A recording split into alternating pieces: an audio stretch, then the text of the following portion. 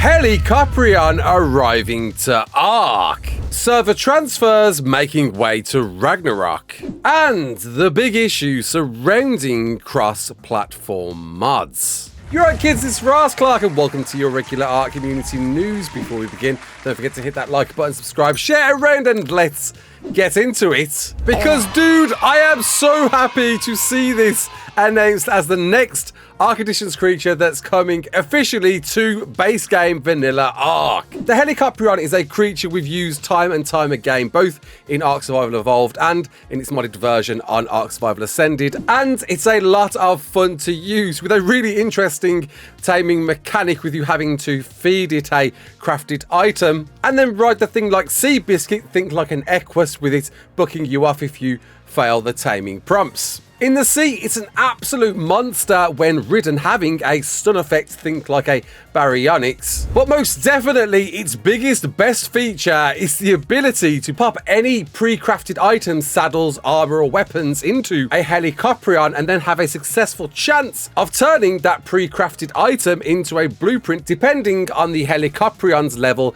and stats, with, if it fails, offering a very unique pufferfish sound effect and the item that you just threw in it being turned into mats, into barely any mats at all, making it a very unique mini game where the rewards are most definitely worth it, but will you gamble that most precious saddle that you found out of a drop to hopefully turn into a BP. Something I thought was perhaps a bit too OP for vanilla ARK, expecting that everybody would be able to take advantage of this and the most super duper bust level BPs, or perhaps even really cheap BPs, could be crafted through this method. But if the blurb's anything to go by, it does seem like the Helicoprion's gonna have every feature that we know of the modded version. Wildcard explained this community favourite creature, made once again by Garuga, expects a little fine tuning as it settles into its new home, and with more to this prehistoric predator than brute force, that strange hauled jaw has a curious utility that crafters may find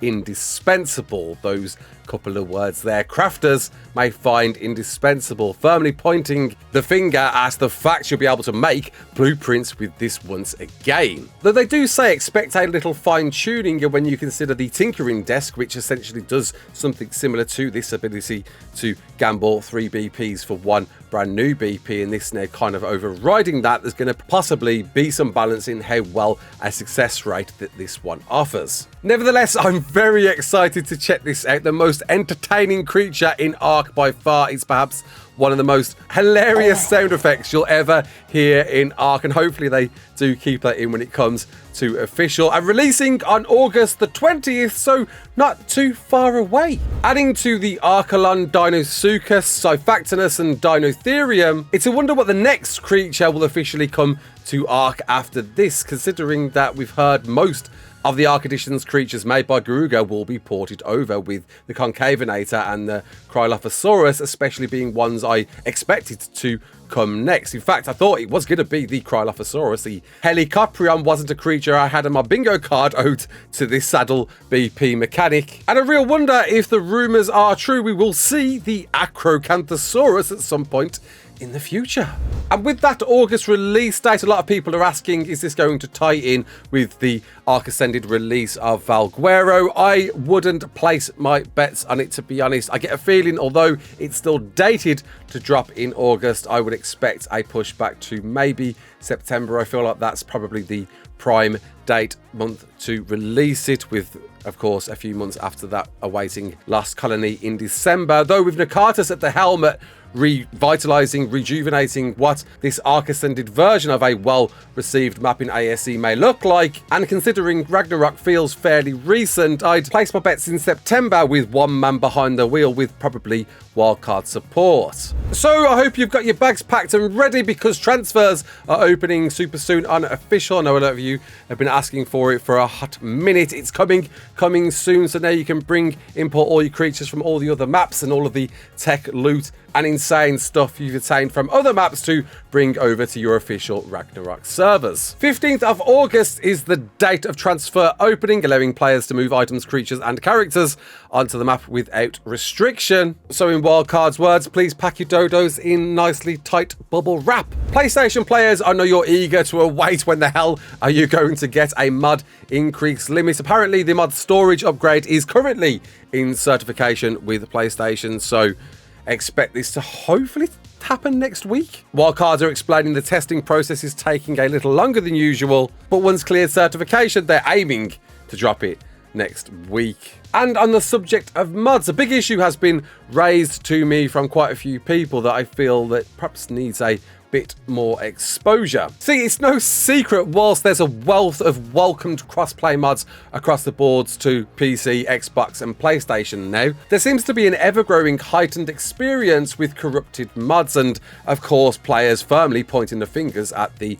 would-be modders. You might have experienced the scenario already. You simply can't log into your server, it's just kicking you out repeatedly. The mod's performing just not as intended and you're left thinking, what the hell happened to this mod? Why is it so broken? Why are we releasing mods in this state? And well, there's apparently a bigger issue at hand that nobody is really looking closely at. See, with any mod that's downloaded, it's filtered and controlled through CurseForge, who of course support this cross-play system. And every time you download a mod, you're using CurseForge's system to do so.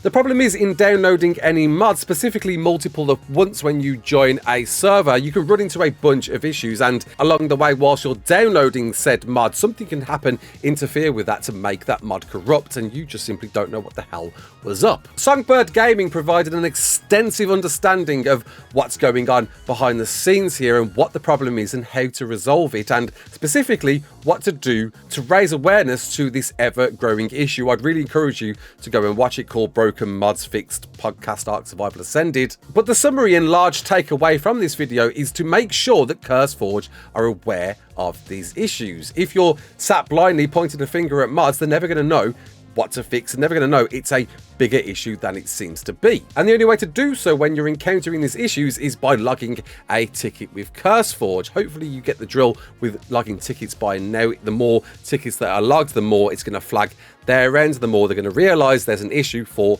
them to resolve. Unfortunately, the ticket system isn't that quick to use. You've got to make a CurseForge account to log any ticket, and well, that really applies to anywhere really. And surprisingly, when clicking on game, ARK Ascended isn't available to select as an option. You've got to pick other. Just make sure to be linking the project link to the mod that you're reporting about. But each and everyone doing this, offering a description to explain what's going on your end, that your mod's been corrupted upon download, is going to raise way more attention across the board and get more eyes on an issue that definitely needs attention. Once again, please do go check out Songbird's video, because Songbird also offers a bit of a fix around these corrupted error mod issues that you're encountering and how to resolve them without having to log a ticket. But you really should be doing that to prevent the blame buck that's been passed to all of these modders that are making these great pieces of content for us. And there really has been and still are some great mods dropping as we speak. Of course, pluggity plug time Monarchy, we've got a purpose-built PvE/PvP raid system mod incorporating leaderboards, dino taming limits, a lot of stuff with this that's so intricate that it's beyond anything I can fully understand. A built-in algorithm that's all behind the mind of Hyper, who's made an extensive description on how to use this mod yourself with your own server owner setup guide and much more on making this run, because we want other people to try this out and test it out for themselves. But hopefully you've already been catching a few of the streams that are doing the rains now. We'll be going live again once again with this, maybe tonight, maybe tomorrow, not too sure yet. And I hope you're all enjoying what's going on, and I'm very excited, as well as you are, I'm sure. The Heliocorprion, I just buttered it once again. The Helicoprion is coming to base game ARK, and I am very, very excited to see exactly how it's going to be delivered and exactly how much fun we're going to have with this one. Are you looking forward to it? I really hope you are. Comment below, let me know. Until the next one, my name is Raasclark. Don't forget to like, share and subscribe, and as always,